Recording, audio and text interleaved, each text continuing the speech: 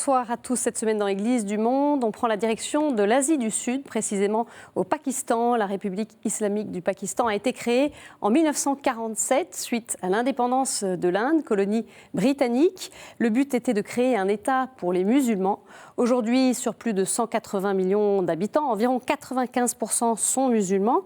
Et les chrétiens, petite minorité de 2%, vivent dans une société façonnée par les valeurs islamiques, avec comme conséquence des violences régulières, des accusations de blasphème. Et puis ces dernières années, leur situation s'est encore fragilisée avec l'essor du fondamentalisme musulman. Alors à l'occasion de sa visite en France, à l'invitation de l'aide à l'Église en détresse, j'ai la joie d'accueillir ce soir Monseigneur Joseph Coutts, archevêque de Karachi et président de la conférence épiscopale du Pakistan. Monseigneur, bonsoir. Good evening, Bishop. Good evening to you and to all the listeners. Bonsoir à vous et à tous les auditeurs. Première question, peut-être tout simplement. Vous êtes ici en France à l'invitation de l'aide à l'Église en détresse. Vous êtes venu témoigner de ce que vivent les chrétiens dans votre pays. Dites-nous quel message vous avez souhaité porter aux chrétiens ici en France. Well, one is to tell us about our situation, the difficulties we face. Pour parler de notre situation, The challenges la difficulté que nous rencontrons, a small Christian c'est le défi minority d'être une in a petite big Islamic minorité chrétienne country.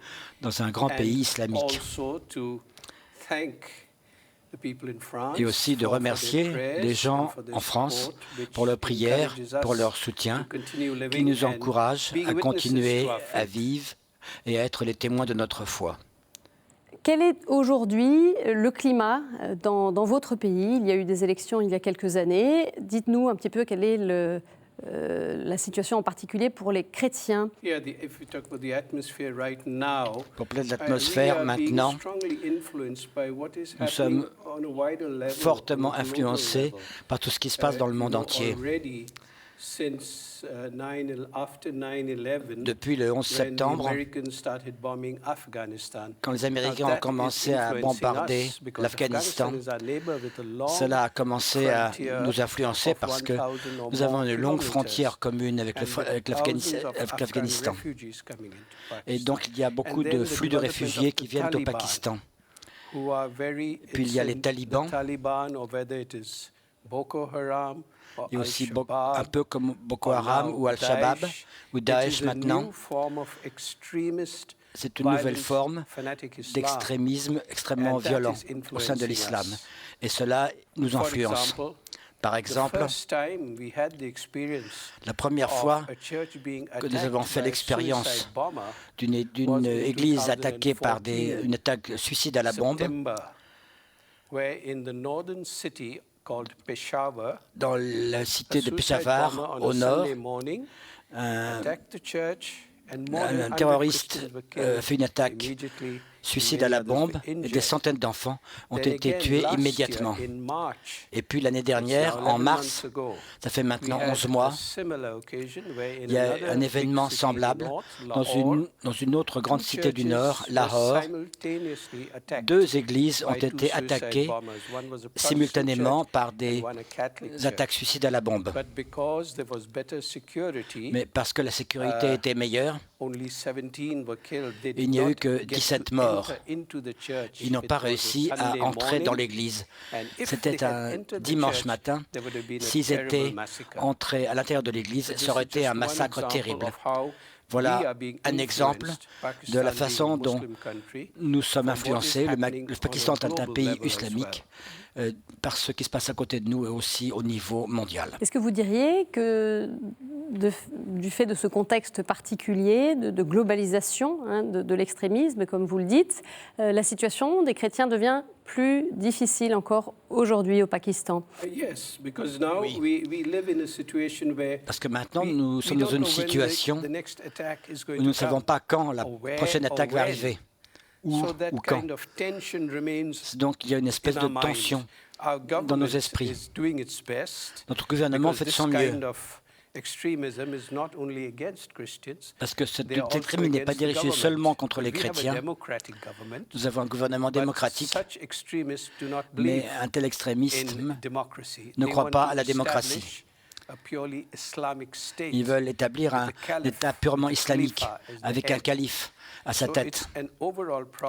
Donc c'est un problème général. Le gouvernement assure la protection de nos églises, spécialement le dimanche, il y a de la police dehors, mais c'est une situation nouvelle pour nous, que nous n'avions jamais eue auparavant.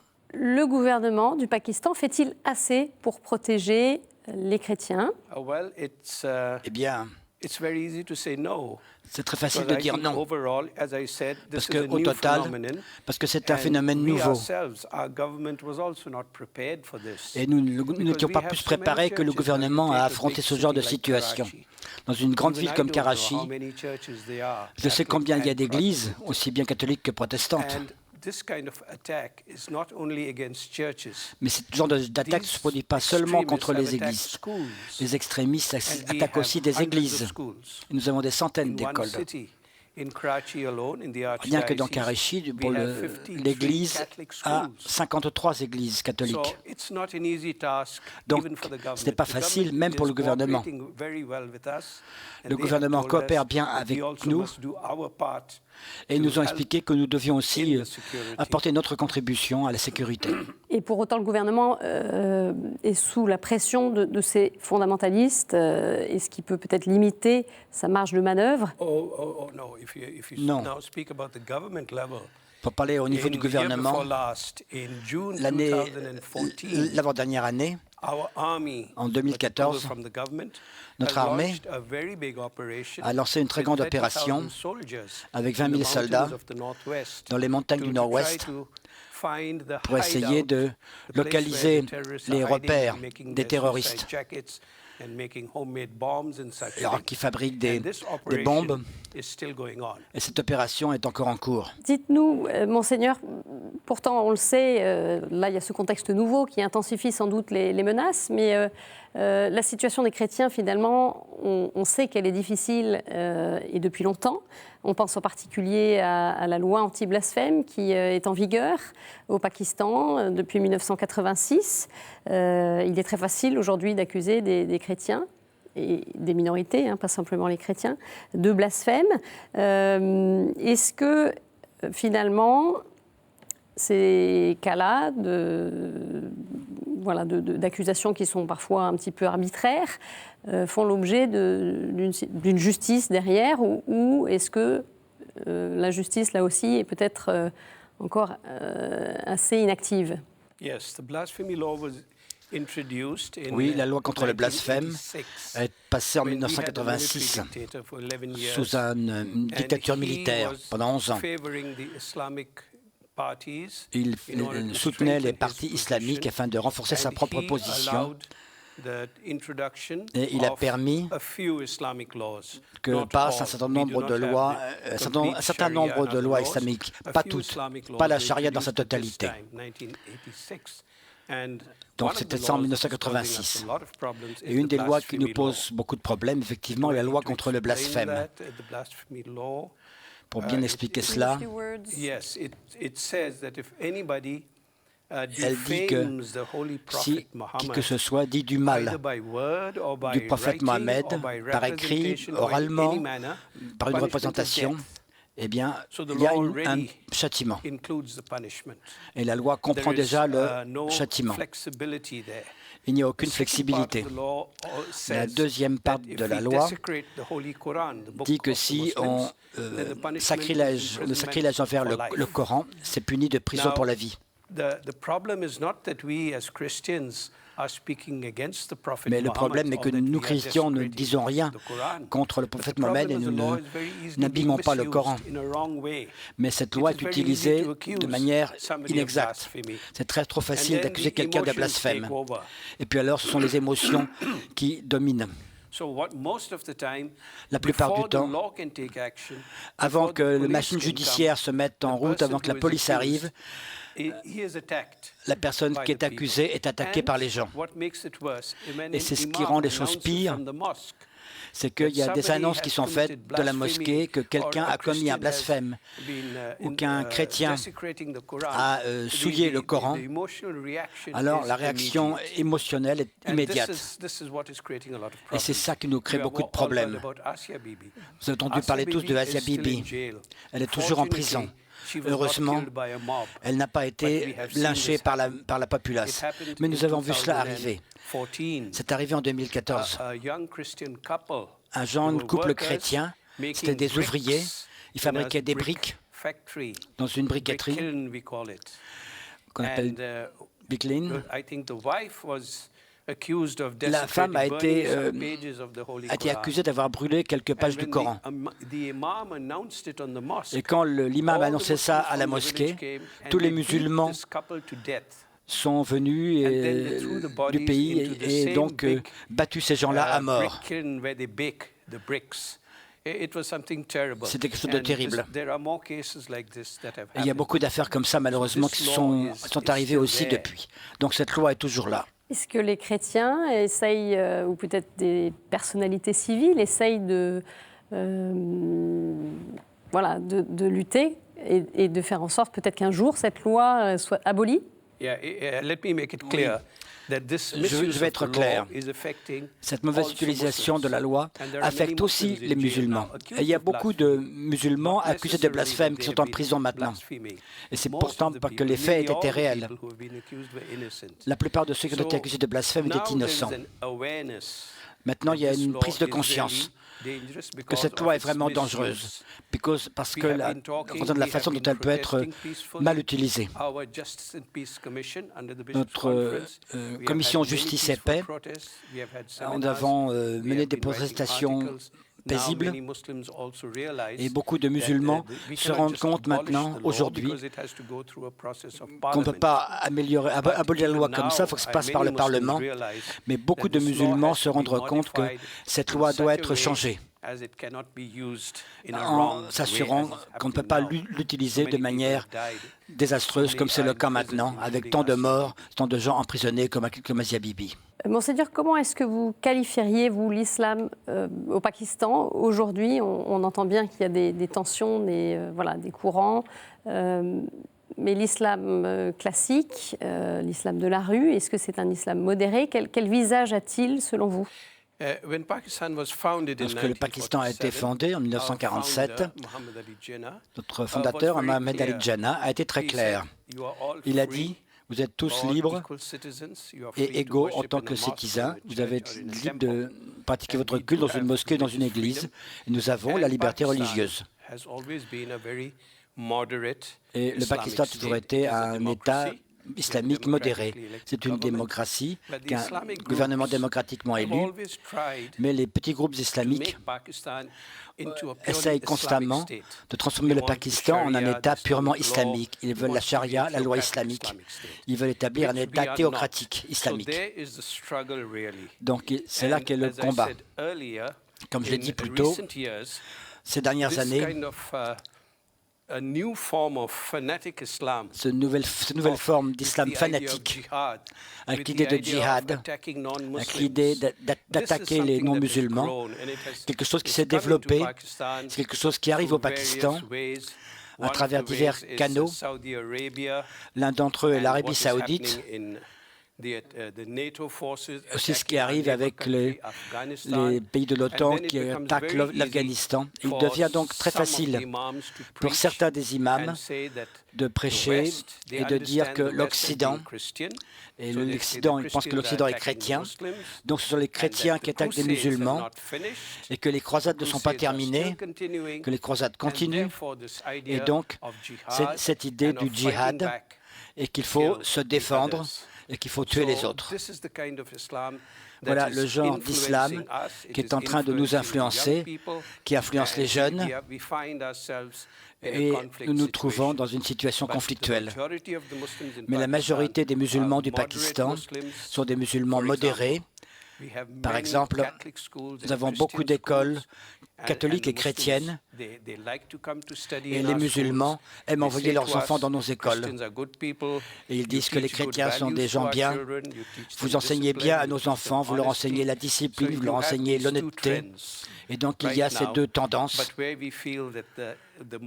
Mais là où nous sentons que l'islam le plus fanatique est certainement en train de gagner du terrain. De ces tendances-là qui influencent, qui appellent certains imams à prêcher des discours assez violents, et ça influence notamment les jeunes. Comment lutter contre ce phénomène-là qui se répand au sein de la société? Est-ce que l'enjeu, c'est l'éducation des jeunes, notamment? Souvenez-vous, il ne s'agit pas de se battre exactement. Il s'agit véritablement de changer la manière de penser.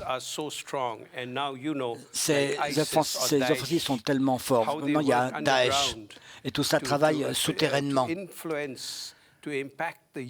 pour influencer les jeunes souterrainement. En Pakistan, les musulmans sont bien conscients de ça.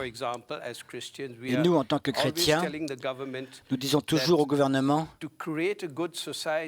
qu'il faut créer une société juste pour que ce que nous enseignons dans les écoles, ça doit être examiné.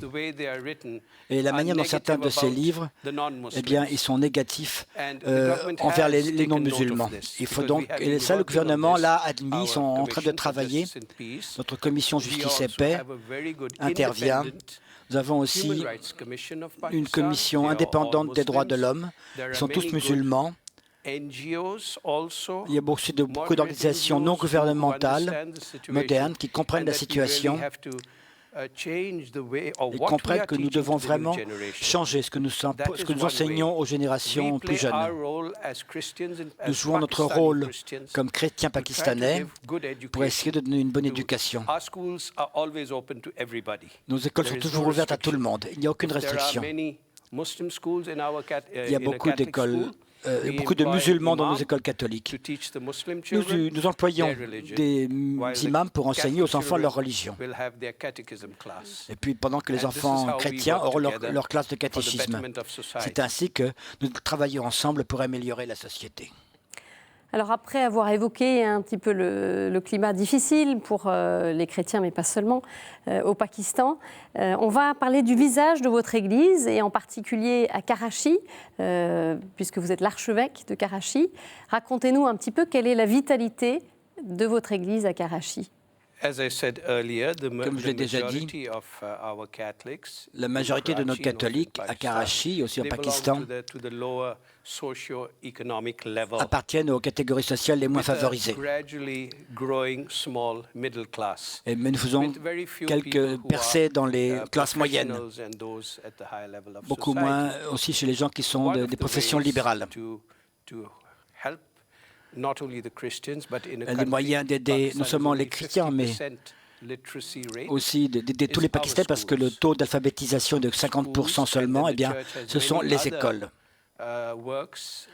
Il y a les écoles, mais notre Église a aussi d'autres institutions comme des écoles pour aussi du travail pour les handicapés, pour les drogués.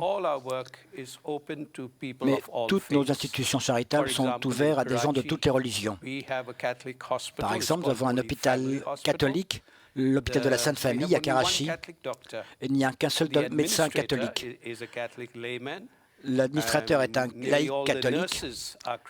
Presque toutes les infirmières sont chrétiennes, mais tous les autres médecins sont des musulmans, avec quelques hindous. Mais nous travaillons tous ensemble pour servir les gens et pour aider au développement du pays. Et voilà le témoignage que nous rendons en tant que chrétiens. Peut qu'il y ait de la haine, peut qu'il y ait de la violence, mais nous devons, par nos actions, montrer ce que cela signifie d'être chrétien, être au service des autres, les aimer, les aider. Voilà ce que ça veut dire pour nous d'être chrétiens dans ce pays musulman. Et tous ceux qui sont de bonne volonté, ils le voient et ils l'apprécient. On entend bien ce que vous nous dites, hein, en quoi justement cette société un peu difficile façonne aussi ces chrétiens et leur manière d'être. Parlez-nous un petit peu de leur foi et de la manière dont ils l'expriment dans les célébrations. Voilà. Est-ce qu'il y a une vitalité particulière? Je pense que ce serait comme dans beaucoup d'autres lieux. Il y a les fêtes de Pâques, Noël. Bientôt, Carême va commencer. Nos gens sont très pieux. Ils adorent la dévotion à la Vierge Marie. Dans presque toutes les églises, vous trouverez une reproduction de la grotte de Lourdes. Et les gens aiment venir, et cela séduit aussi beaucoup de musulmans, parce que Marie est la mère du prophète Jésus. Et ils ont beaucoup de respect pour la Vierge Marie, parce que son nom est cité dans le Coran. Alors ils viennent discrètement, et ils aiment aussi ça. Mais à chaque fête, les gens aiment beaucoup célébrer. Maintenant, avec la situation du terrorisme, il faut que nous fassions attention. Nous ne pouvons pas célébrer très ouvertement. Il y a la police qui est à l'extérieur, qui nous informe, qui nous dit si nous sommes en sécurité. Mais les gens ne renoncent pas à leur dévotion. Ils sont très pieux, ils célèbrent Noël, l'aîné, Pâques. Ils observent le jeûne du Carême. Ça a beaucoup de signification pour eux. Je dis parce que de cette manière, nous avons une église vibrante, vivante, communauté très vivante. Et je peux dire avec fierté qu'à Karachi, au Pakistan en général, nous sommes une minorité, mais nous ne sommes pas une minorité cachée, comme dans d'autres pays. Et nous ne sommes pas non plus une minorité silencieuse. Nous avons des difficultés, mais nous sommes libres. Les gens ont du courage. J'ai été moi-même à la tête de beaucoup de manifestations, de protestations dans les rues. Mais je peux comparer ça à un enfant qui pleure lorsqu'il a un problème. C'est un aspect des choses. Mais nous devons dire que nous sommes pakistanais. Nous ne sommes pas des immigrants. C'est notre pays, autant que les musulmans. Et donc nous avons des droits comme les autres. Quelles que soient quand il y a des difficultés, nous protestons. Nous avons notre propre commission Justice et Paix.